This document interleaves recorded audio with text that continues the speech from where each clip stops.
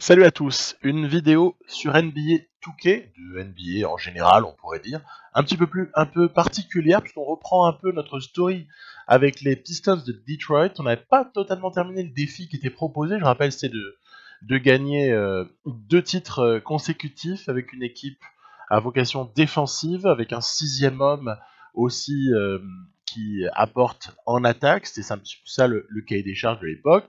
La série avait été un petit peu laissée de côté pour faire place à des choses un peu plus actuelles. Et ce que je vous propose aujourd'hui, c'est avec le commentaire de l'époque, c'est-à-dire exactement d'il y a 2 mois, pendant environ 24 minutes. C'est parti, je reprends la parole en fin d'épisode. Salut à tous, l'épisode 6 avec les Detroit Pistons en vedette, bien évidemment. Mais que font les Miami Heat en face des Detroit Pistons? On n'est pas en finale NBA, de toute façon on est en finale de conf. Qui est cet homme? Qui est cet homme de Kansas? Tiens donc, il y a un air avec quelqu'un qu'on connaît bien. Qui est cet autre homme? Pourquoi sont-ils opposés quelques secondes l'un après l'autre? Allez, quelques secondes de réflexion, le temps de rappeler qu'on a évidemment dans une NBA fictive fait tout exploser du côté des Pistons pour recréer un certain climat de la fin des années 80, 1980, et que quelqu'un pour qui la pilule de 1989 n'est jamais passée, j'ai nommé Pat Riley, a décidé qu'il allait essayer de barrer la route à ces Pistons. Voilà, je pense que vous avez tout compris maintenant. Et puis les deux jeunes hommes là, c'était bien évidemment Josh Jackson, qui est notre ailier du côté des Pistons là, ainsi ensuite que Nassir Little. Nassir Little, je le fais jouer en 4, parce qu'on est un petit peu dans du small ball sur les 6 premières et les 9 dernières, même pas, parce que Little il joue en 3 aussi sur une partie de la fin du match, mais Nassir Little il est positionné, on va dire, plus souvent au poste 3, mais il démarre en 4, voilà. Et il finit en 3, puisque c'est Paul Millsap qui termine au poste 4. Alors en fait, vous avez bien compris pourquoi est-ce que j'avais ramené du Miami Heat et du Pat Riley au milieu de tout ça qui était a priori parachuté. En fait, tout s'explique sans doute maintenant, puisque au final, on est dans une NBA où les Detroit Pistons viennent de remporter un titre. Pat Riley, le nouveau propriétaire du Miami Heat, qui a encore en travers de la gorge les épisodes du passé face aux Pistons, décide de s'opposer à tout ça et veut à tout prix monter, je dirais tout simplement une équipe capable de peut-être concurrencer les Pistons à l'Est. C'est aussi simple que ça. Et c'est vrai que moi j'ai une tendresse pour le Miami Heat. J'ai quelques joueurs dans cette équipe qui sont véritablement des chouchous. J'ai parlé de, évidemment, Justice Winslow. Je porte pas le maillot là, mais il est juste à côté, bien au chaud. De Josh Richardson, qui est un joueur aussi que j'aime énormément. Et puis c'est vrai qu'en plus, le truc est agrémenté par un type dont je sais très bien que je vais l'adorer. J'ai nommé évidemment Nassir Little. Voilà, Nassir Little, le très probable steal total des Portland Trail Blazers, qui en plus, très récemment, juste avant la free agency, là, il y a quelques jours, ont réalisé un petit trade super malin, Evan Turner, en échange de Kent Bazemore. Mais c'est énorme en fait, parce que en prenant Bazemore, ils ont un 3&D qui peut vraiment leur apporter de la valeur ajoutée en playoff. Portland, ils font des choses géniales ces 2-3 dernières semaines. Entre l'acquisition un peu chanceuse de Nassir Little et dans la foulée l'échange qui permet de récupérer Ken Bazemore, c'est énorme, c'est franchement énorme. Donc voilà, c'était pour évoquer un petit peu ça. Là je parle à la veille de la free agency, je pense que la vidéo elle sortira le 30, elle sortira donc le jour même où à partir de 18h vous allez avoir le téléphone qui va ne pas arrêter d'envoyer de l'alerte NBA, alerte NBA. Kyrie Irving a signé aux Brooklyn Nets, Kemba Walker a signé aux Boston Celtics, Kawhi Leonard finalement rempli pour une année plus une en option. Du côté des Raptors, Kevin Durant aux Knicks malgré sa blessure. Bref, on n'est pas à une surprise près. Il peut se passer à peu près tout et n'importe quoi. On est vraiment sur un tournant là de la NBA à mon avis pour ce début d'été et cette free agency 2019. Donc super grosse excitation. Du côté de notre partie, eh bien vous avez vu un petit peu avant, j'avais joué un match avec les Brooklyn Nets contre mes Detroit Pistons. Parce que maintenant je me cherche des adversaires, cette équipe est trop forte. Non, je plaisante, mais c'est vrai que ces Detroit Pistons, ils sont vraiment phénoménaux, ceux que j'ai montés là. Ils sont limite un peu trop forts, c'est pour ça que la concurrence de Miami va nous faire du bien. Regardez, il y a aussi quelqu'un qui est une des raisons pour lesquelles il y a deux mecs encore à mentionner, 3 même, c'est pour ça que c'est vraiment une constellation. 4, waouh, c'est pas possible. À mesure qu'il y a des ralentis, je m'aperçois qu'il y a encore un joueur de plus que j'adore. Shai Gilgeous-Alexander. C'est quand même pas la moitié d'un phénomène, celui-là.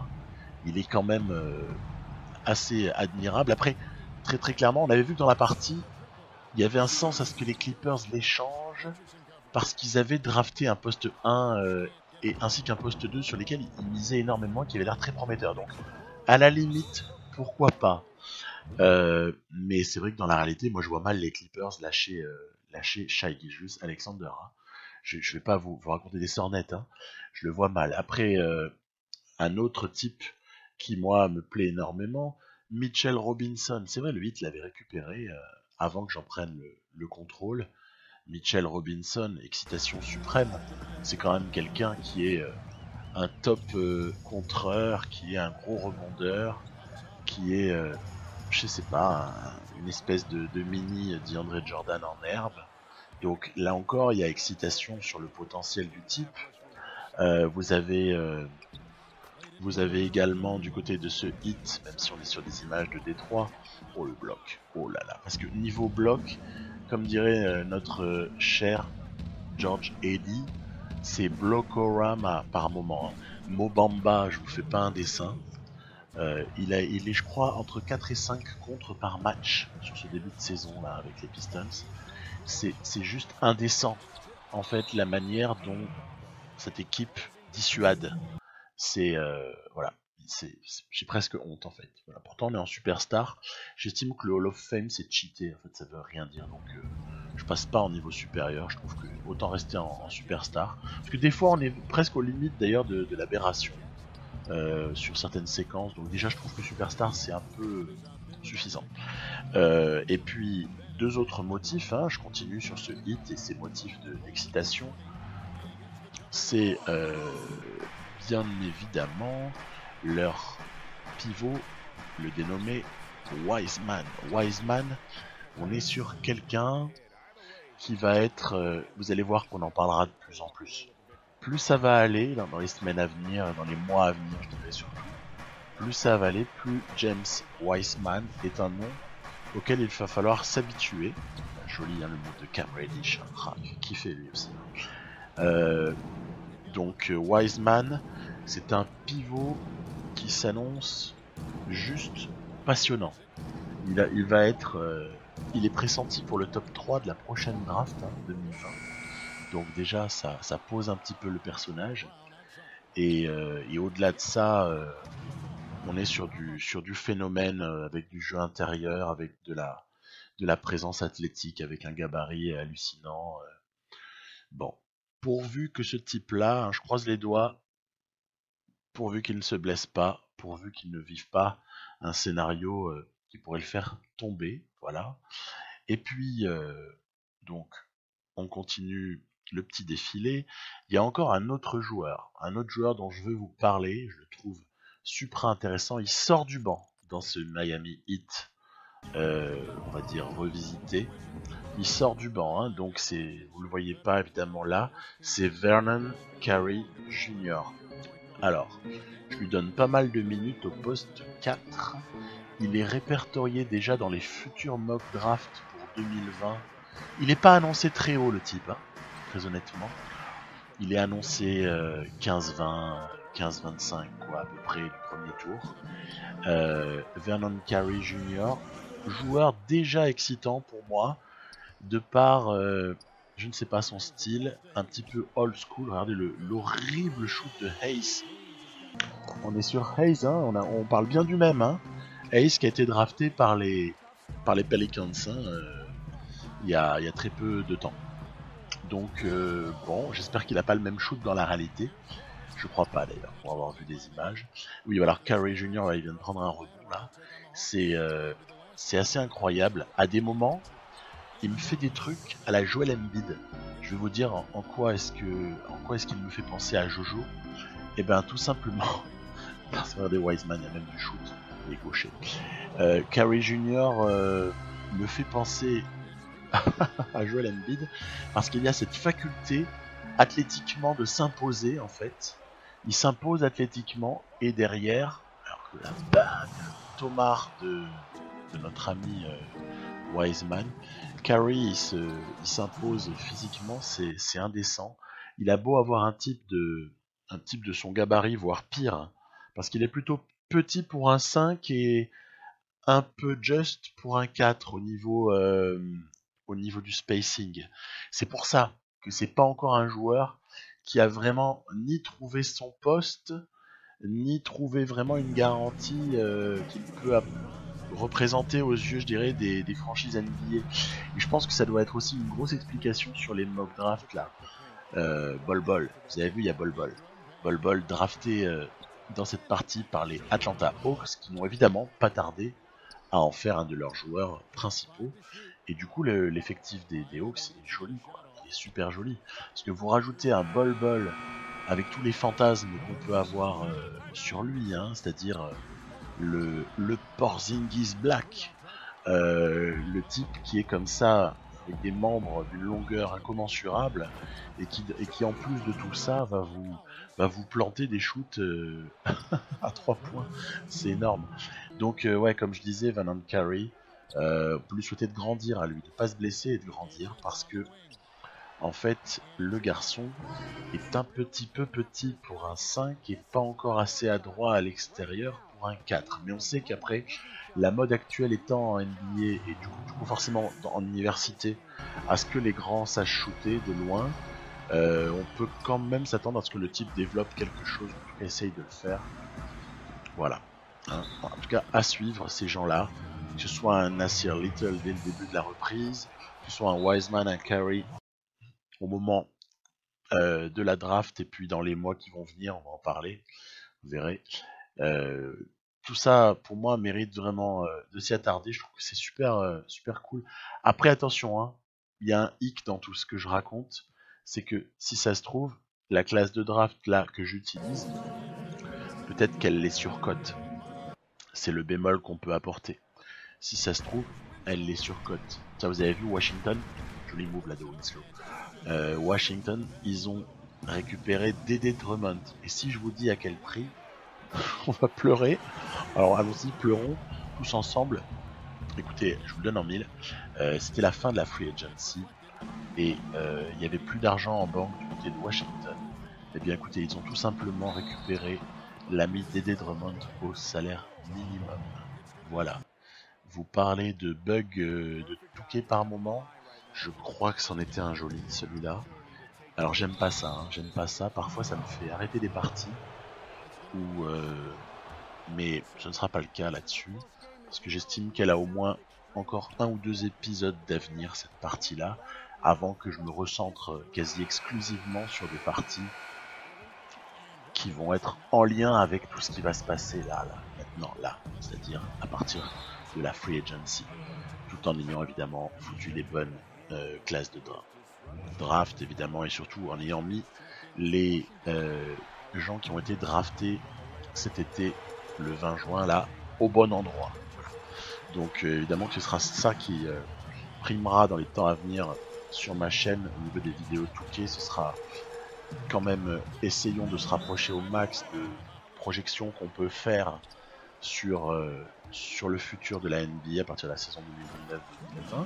Mais quand même, il y a quelques petits exotismes là, comme cette partie avec les Pistons irréels, ainsi que avec leur conglomérat de jeunes loups affamés, et puis également ce Miami Heat en version supra-excitante, qui vient quelque part un peu boucher une case. Hein. C'est celle de cette partie avec Miami que j'avais fini par arrêter parce que j'avais Kevin Durant et que c'était presque trop facile. Voilà, pour être franc. On avait fait déjà un doublé, hein, ce qui est quand même joli. Mais c'est pas que j'aime pas la facilité, parce que si je prétendais ne pas aimer la facilité, je prendrais un 5 majeur avec 70 d'overall. Puis j'essaierais d'être champion si vraiment... Non, c'est pas ça. C'est que j'ai vachement de plaisir à jouer avec certains joueurs, donc je peux pas m'empêcher de les prendre parfois. J'avoue que développer des jeunes comme ça, même si c'est un poil cheaté, parce que qui peut dire que en 2021, à la fois Jackson, Brown, Isaac, Bamba et Ja Morant auront atteint ce niveau-là. Honnêtement, le jeu est gentil. Je veux dire, on va pas se raconter des sornettes. Vous connaissez le jeu comme moi. Il est sympa avec les jeunes. Mais bon, joli le bloc hein, de Deadman sur Giannis Antetokounmpo. Et puis Reddish qui continue à enfiler des paniers comme des perles. Il est mythique ce Cam Reddish. Pour un peu, je vais cliquer sur le League Pass. Ce sera de Atlanta là, dès le début de saison. Entre DeAndre Hunter qui est le prototype de joueur à la... J'ose pas dire à la Kawhi Leonard parce qu'on verra bien. Et puis Leonard est un peu unique. Mais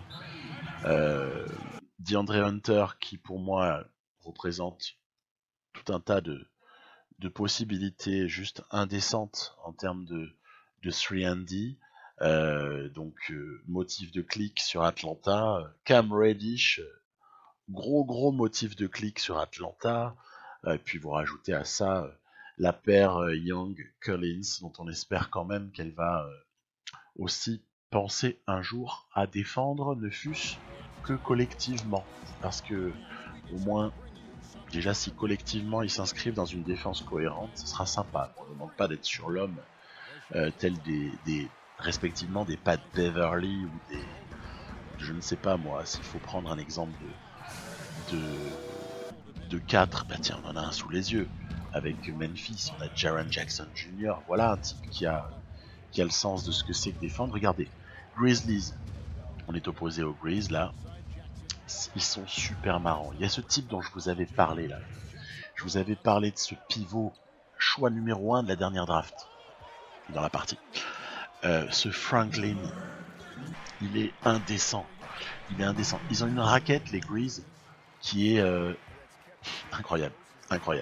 C'est vraiment cool, quoi. Ils ont encore Valenciunas, ils ont ce Franklin, ils ont comme ça une rotation à des moments quasi équivalente. Allez, vas-y, c'est pour toi. Bam. J'ai vu qu'Isaac allait presque s'écarter sur cette action. Bon, ouais, Franklin, regardez, ramenez-moi le. Hop, il travaille Bamba. Et Bamba, c'est pas la moitié de... Bamba, il continue comme ça, là, la saison. Il est défenseur de l'année. Hein. Tellement il est au niveau des interceptions, du rebond défensif. LOL. Et bonjour les stats. Et puis au niveau du contre, il a plus de 4 par match. Donc Franklin, il lui a fait la chanson là sur 2-3 actions. Mais après, je vous rassure, globalement, ils ont eu relativement mal nos amis des Grizz. Regardez, ça c'était la petite réponse. Voilà, toute spéciale pour l'ami Franklin. Bamba te dunk dessus, mon grand. Mais regardez, il a quand même fait un carton, le gars. Il fait 33 et 12, hein, c'est pas mal. Hein. Donc, intéressant. Hein, donc, vraiment, en plus, New York, il y a Zion Williamson à New York. Alors, du coup, je lui oppose mon défenseur magistral. Je lui mets Jonathan Isaac, évidemment, sur le dos, hein, parce que on sait qu'Isaac, c'est très fort, là. À ce stade, offensivement, c'est plus de 20 points par match, et défensivement, c'est une sangsue qui fait quand même pas loin de 2m8, 2m10. Donc voilà, bonjour Bonjour le niveau. Voilà, non, on ne passe pas. En début de match, on a décidé que non, ça ne fonctionnait pas. Ils n'ont pas le droit de marquer. Je rigole parce qu'en fait, ils nous accrochent. Hein. Donc, il faut pas croire. Vous savez pourquoi? C'est parce qu'avec cette équipe, il y a quelque chose d'intéressant. C'est que, je vous avoue que je manque parfois de talent offensif. C'est pour ça que Cam Reddish, quand il est sur le parquet, je lui donne énormément de ballons. Énormément de ballons pour Cam Reddish, étant donné que je trouve que ça me manquerait un poil d'aisance à créer en fait. Ja Morant n'est pas mauvais, il est même très bien, mais il n'est pas non plus exceptionnel. Donc c'est pour ça que heureusement que j'ai du Brown, j'ai du Jackson. Jackson, la création est pas mal. Vous avez vu, il y avait un match, je parlais d'autre chose, mais il y avait un match assez récemment, là, dans les 5 minutes qui ont précédé, où j'avais été obligé de ménager Ja Morant. Il était touché malheureusement. Et du coup, j'avais donné petite place. Je voulais pas modifier mon banc en fait, ni la rotation. Du coup, j'avais switché, j'avais mis euh, Jackson au poste 1 juste pour ce match-là. Et puis surtout, j'avais du coup donné un peu de temps à Stanley Johnson. Stanley Johnson, finalement, c'est le seul des Detroit Pistons. En tout cas, ça aurait pu être, puisque finalement, même lui a été bougé, mais pas par moi. Lui, il a été bougé dans un trade en février dernier. D'ailleurs, c'est assez triste pour le garçon de voir qu'il a vraiment du mal à trouver un peu sa voie en NBA, parce que même les Pelicans ont décliné la qualifying offer il y a quelques jours. Ça m'a fait bien de la peine pour Stanley Johnson qui doit...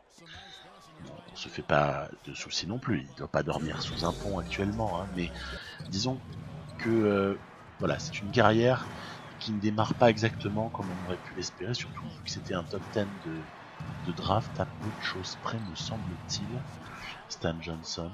Donc, bon, écoutez, moi je lui avais redonné sa chance. Puis il y a quelque chose, on parlait toujours de ces Pistons dans la partie, il y a quelque chose que je voudrais peut-être mettre en place, c'est le renouvellement du banc. Voilà, dans l'hypothèse où on ne serait pas champion cette année, j'aimerais finalement passer un petit peu à autre chose au niveau du banc en me disant que les vétérans ont été bien sympas de venir pendant 3 ans, les Beverly, les Tad Young, les Deadman, et qui peuvent peut-être avoir envie d'autre chose, et puis nous aussi de tester 3 autres joueurs pour occuper comme ça des postes importants hein, en sortie de banc. Il y a quand même des minutes à donner. Il y a pas mal de minutes pour ces types-là. Donc voilà. Voilà un petit peu la réflexion.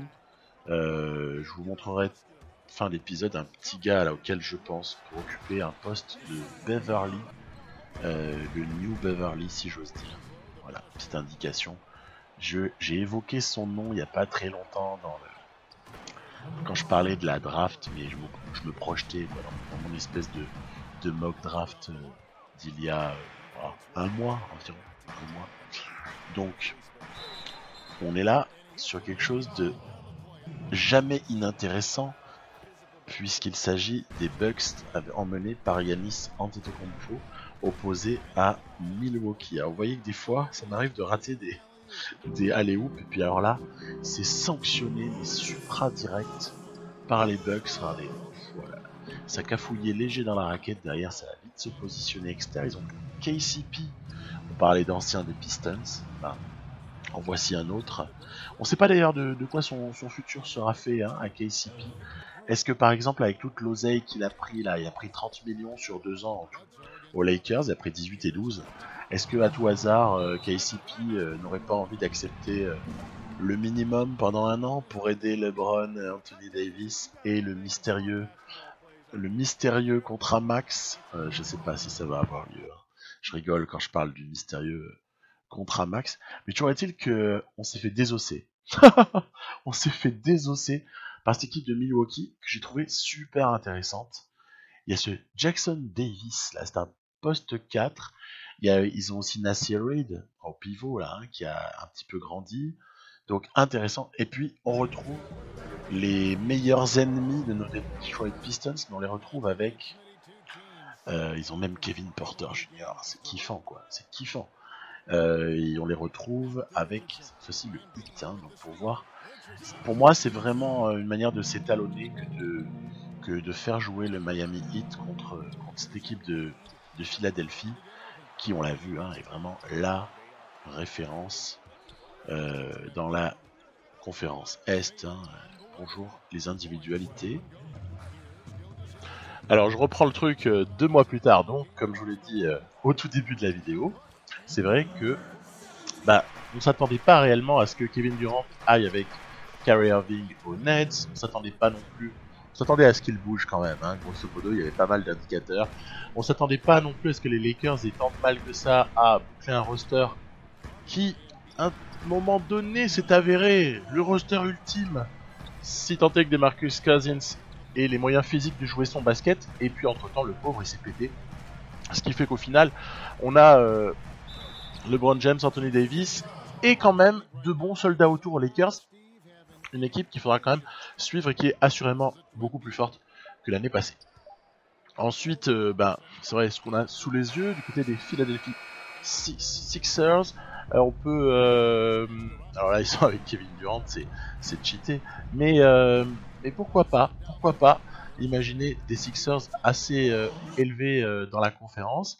Après voilà, il faudra voir un peu ce que Harris en 3. Moi j'ai des réticences sur Tobias Harris au poste 3. Je l'estime peut-être incapable de défendre comme il le faudrait par moment, par séquence en NBA.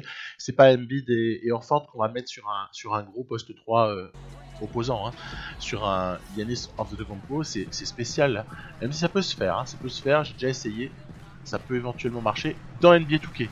Après, dans la réalité, je doute que le drive d'Antetokounmpo, ses pénétrations, soit vraiment embêté par Jojo Embiid. Mais bon, allez, peut-être qu'avec une raquette un peu verrouillée, un plan à la Raptors, plutôt finale de conf 2019, est-ce qu'on peut pas envisager des coups tactiques? On verra. En tout cas, Sixers, à mon avis, ça joue top 2. Hein. Ça joue top 2 à l'Est. Brooklyn on mettra du temps hein, avec l'indisponibilité de KD qui peut aller jusqu'à l'année entière. Les interrogations aussi autour de Kyrie Irving, hein, qui doit au final prouver qu'il est vraiment un leader et peut-être réussir les choses qu'il a eu du mal à réussir du côté de Boston. Bref, au final, 2 mois après, il n'y a pas tant de choses qui ont évolué en NBA. On a eu des signatures. Évidemment, il y a eu des rosters qui sont totalement métamorphosés, comme celui des Clippers, puisque au final, il laisse partir Shai Gilgeous-Alexander, que je ne voyais pas partir du tout. Bon, en même temps, quand c'est pour attirer Kawhi et pour prendre aussi dans le trade, pour prendre Paul George, je pense qu'il y a beaucoup d'équipes qui l'auraient fait, hein, probablement. Donc, tout ça pour dire que, voilà, cette petite partie, je voulais vous la ressortir parce que j'avais quand même pas mal d'images qui étaient rigolotes.